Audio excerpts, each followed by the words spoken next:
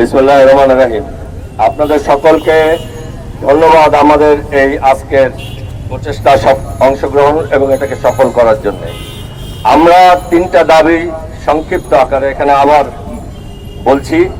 1 নম্বর হলো চিটাগাংয়ের অ্যাডভোকেট সাইফুল ইসলামের হত্যা বিচার করতে হবে দ্রুততার সাথে। 2 নম্বর হচ্ছে ইসকনকে বাংলাদেশ থেকে নিষিদ্ধ করতে হবে এবং সেই সাথে খুনি হাসিনার যারা এখানে আছেন এখনো তাকে ফেরত আনার জন্য চেষ্টা করছেন ভারত সরকার সহ, তাদেরকে নিষ্ক্রিয় না করা পর্যন্ত এবং আমাদের সরকারের মধ্যে যে উইপোকার বসবাস শুরু হয়েছে সেই উইপোকা মুক্ত না করা পর্যন্ত আমাদের এই আন্দোলন চলমান থাকবে। আমাদের পরবর্তী যে প্রোগ্রাম সেটা আপনারা যথাসময়ে জানতে পারবেন।